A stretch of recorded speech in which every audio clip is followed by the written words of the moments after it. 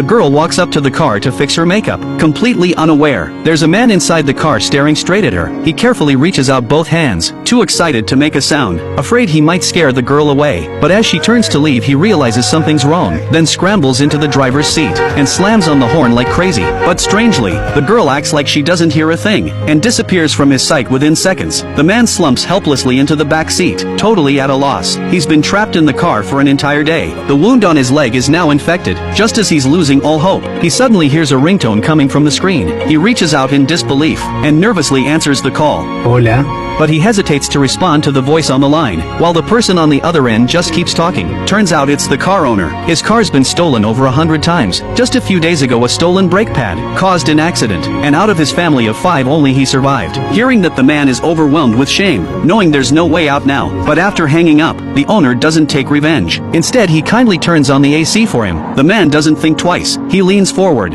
and greedily soaks in the cool air he's missed for so long. He can't figure out why the owner would do that, but it doesn't take long for him to realize something's wrong. The AC temperature is dropping fast, and soon hits freezing. He tries to shut the vent, only to discover the blades had already been locked in place. No matter how hard he tries, they won't close. All the vents inside the car are now aimed at him. In no time, he'll be frozen like an ice sculpture. Out of options, he rips off the shirt he used to wrap his wound, quickly throws it back on, then tears off part of his jeans and rewraps the injury. He uses the floor mat to block the biggest vent, then stuffs the rest with old newspaper. But even after all that, he's still freezing. Soon he's curled up in the back shivering. His lips turn purple from the cold, and every breath he takes releases visible frost. Just as he's on the verge of freezing to death, the phone rings again. This time before the owner says a word, the man gives in and begs for mercy, but the owner doesn't let up. In fact, he growls, "This is only the beginning," then hangs up again, while the man rages and curses. But rage gets in nowhere. Luckily, the owner finally shuts off the AC. The man can only sit there in silence, bracing for the next round of punishment. Just then, a police car suddenly pulls up. 2 officers get out and start checking out the vehicle. Ironically, this petty thief who used to run at the sight of cops now screams for help like they're his only hope. But no matter how loud he yells, his voice goes unheard. Right in front of him, the cop slaps a ticket on the windshield, citing the tinted windows as too dark.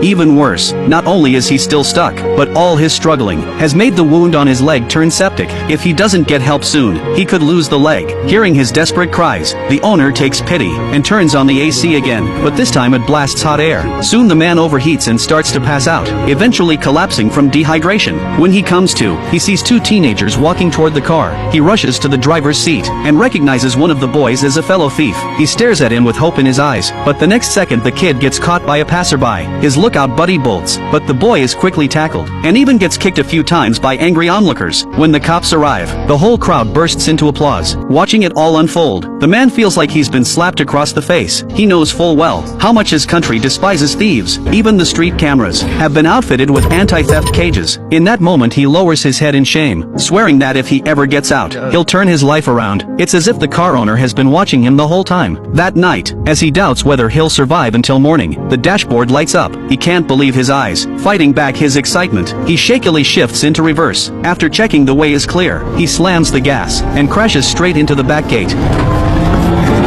The airbag deploys instantly. Luckily, the man is okay. He kicks out the windshield and crawls out through the trunk. His leg is in agony, but he doesn't want to go home, and he doesn't want a hospital. Instead, he stumbles off, heading slowly toward the nearest police station.